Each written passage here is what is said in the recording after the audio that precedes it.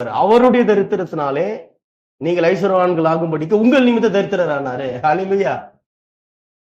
அப்போ ஆண்டவர் நமக்காக செய்து முடித்திருக்கிற இத ஆதாமனுடைய சுபாவத்தை கொண்டு சுதந்திரிக்க முடியாது. ஆதாமின் சுபாவம் கீழ்ப்படியாத சுபாவம், அடங்காத சுபாவம். பிசாசுக்கு சிநேகத்தின் சுபாவம். ஒருவேளை நீங்க பலவான நேசிச்சு பலவானுடைய வீட்டுல நீங்க அடிமையா இருந்து அதுல ஒரு அடிமை ஆசீர்வாதம் வரும். போன வாரம் சொன்னேன் இல்லையா? அது நமக்கு என்ன கொடுக்காது? மகிழ்ச்சியை கொடுக்காது. அது தேவ சுத்தமும் கிடையாது.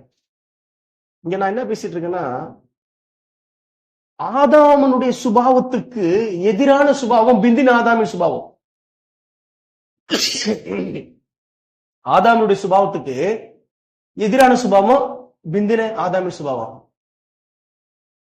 நாம் ஆதாமின் பிள்ளையாய் பிறந்ததுனால நம்முடைய ரத்தத்திலே நம்முடைய மாம்சத்திலே பிரச்சனை உண்டு. நம்ம ரத்தத்திலே நம்முடைய மாம்சத்திலே பிரச்சனை உண்டு. அதுவே நம்ம என்ன பண்ணோம்? எதிர்க்கும். தேவனுடைய பொக்கிஷத்தை பூமியில இறக்க முடியாத அளவுக்கு. அப்ப இந்த சுபாவத்தை எப்படிதான் மேற்கொள்றது? இந்த சுபாவத்தை எப்படிதான் மேற்கொள்றது? நீங்க பலவான நீங்க ஜெயிச்சாதான் நமக்கு ஆசீர்வாதம், தேவனுடைய ஆசீர்வாதம். அதை பத்தி பேசிட்டு இருக்கிறேன். ஏன்னா இயேசு என்ன பண்ணாரு? பலவான ஜெயிச்சாரு. 3 முறை என்ன பண்றான்?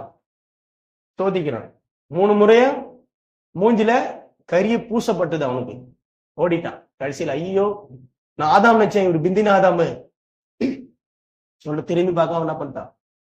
ஓடிட்டான். அப்போ நம்முடைய ஜென்ம சுபாவத்தால் என்ன பண்ண முடியாது? கிறிஸ்தவ வாழ்க்கையினுடைய ஆசீர்வாதத்தை சுதந்திரிக்க முடியாது. அப்ப இந்த ஜென்ம சுபாவத்தை இன்னைக்கு கிறிஸ்துவ என்ன பண்ணுதுன்னா மேற்கொள்றதுக்காக என்னென்னவோ புறஜாதியின் வழிமுறைகளை கை கொள்ளுது.